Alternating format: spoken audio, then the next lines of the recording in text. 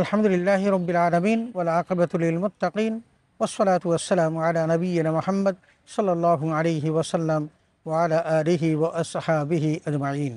সুপ্রিয় দর্শক শ্রোতা, আসসালামু আলাইকুম ওয়া রাহমাতুল্লাহি ওয়া বারাকাতুহু। সময় সংবাদের নিয়মিত অনুষ্ঠান তাসাউফ থেকে আপনাদের সকলকে জানাচ্ছি আন্তরিক শুভেচ্ছা ও মোবারকবাদ।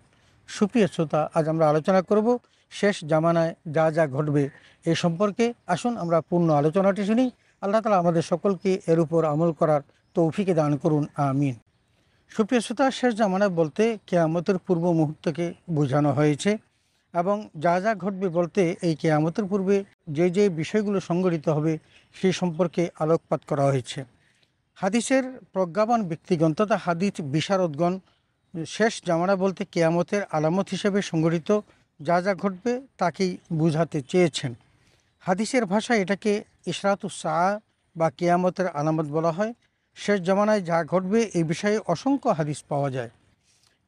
নবী সাল্লাল্লাহু আলাইহি ওয়াসাল্লাম বলেছেন, ইয়াতি আলান নাস জামানুন আস-সাবিরু ফীহিম আলা দীরহি কাল কাবিদি আলাল জামার।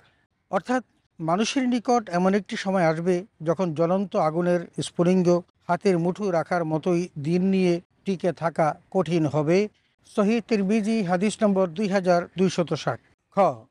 নবীজি সাল্লাল্লাহু আলাইহি ওয়াসাল্লাম আরও বলেছেন, ইন্না মিন ইশরাতিস সাআ আন ইউরফা আল ইলম ওয়া ইয়াকসুরুল জাহলু ওয়া ইয়াকসুরুজ জিনা ওয়া ইয়াকসুরুশ শারবুল খামর ওয়া ইয়াকিল্লুর রিজাল ওয়া ইয়াকসুরুন নিসা হাত্তা ইয়াকুনা লি 50 ইমরাতিল কাইয়িম আল ওয়াহিদ।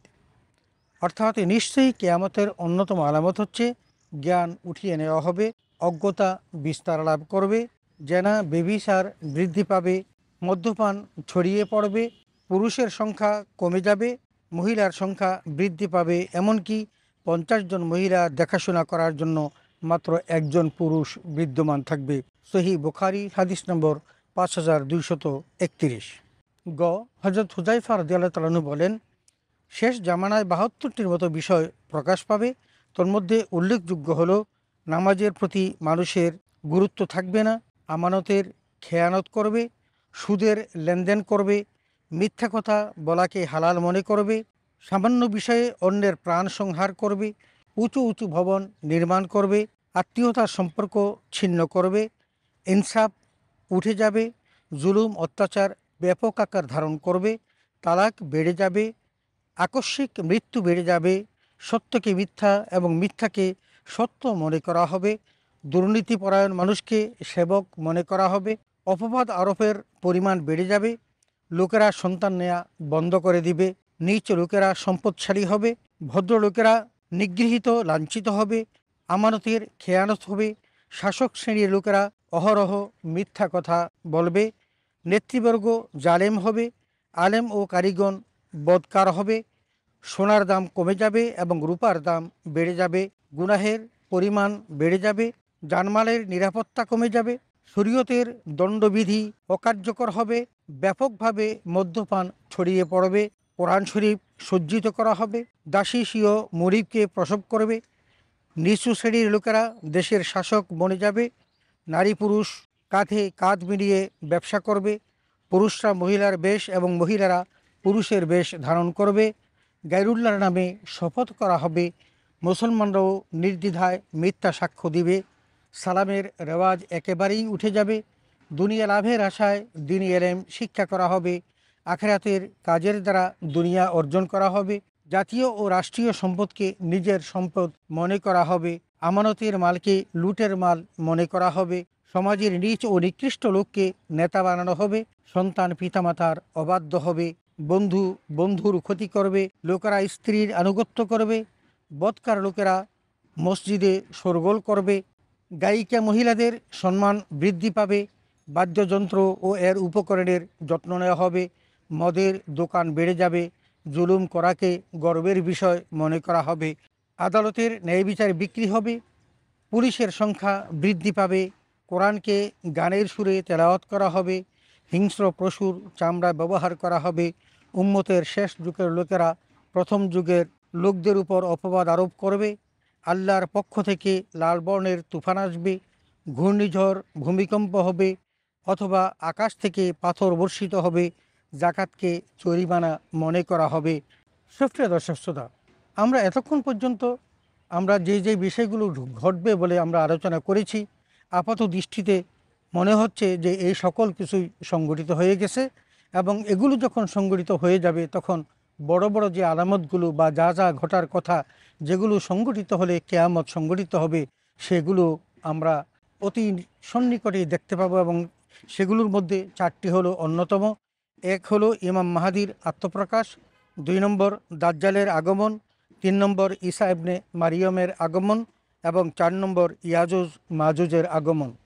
আসুন আমরা এই চারটি বিষয়, যেগুলো এখনও সংগঠিত হয়নি কিন্তু যেগুলো সংগঠিত হওয়ার সাথে সাথে কিয়ামত হবে, সেগুলোর মধ্যে প্রথমটি হলো ইমাম মাহাদির আত্মপ্রকাশ।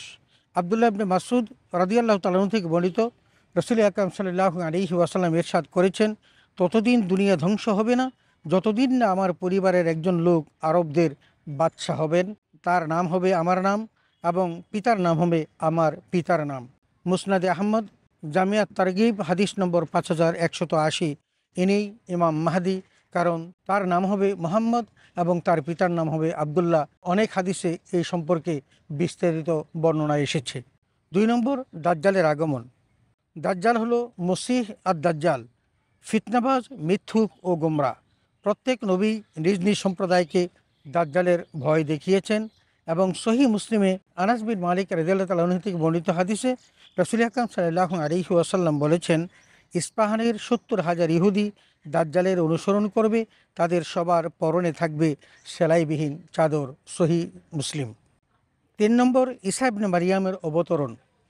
হযরত ঈসা আলাইহিস সালাতু ওয়াসসালামের আগমন, এটা আমরা প্রত্যেকেই জানি। পবিত্র কোরআনে এই সম্পর্কে আল্লাহ তাআলা সুস্পষ্ট ধারণা দিয়েছেন, এবং ঈসা আলাইহিস সালাতু ওয়াসসালামকে আল্লাহ তাআলা যে তার কাছে উঠিয়ে নিয়েছেন সেই বিষয়টিও আল্লাহ কোরআনে স্পষ্ট করেছেন, এবং তাকে যে হত্যা করা হয় নাই, শুলে দেওয়া হয় নাই, সেই বিষয়টিও পবিত্র কোরআনে সুস্পষ্টভাবে বলেছেন।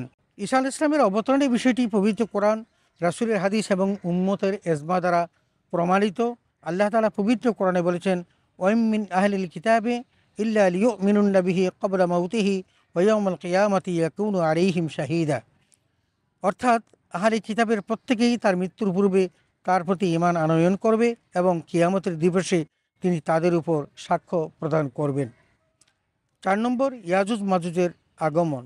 ইমাম শাফরাইনি রাহিমাহুল্লাহ বলেছেন যে কিতাবুল্লাহ, সুন্নাত রাসূলিল্লাহ এবং ইজমা দ্বারা ইয়াজুজ এবং মাজুজের আগমন সত্য বলে প্রমাণিত হয়েছে।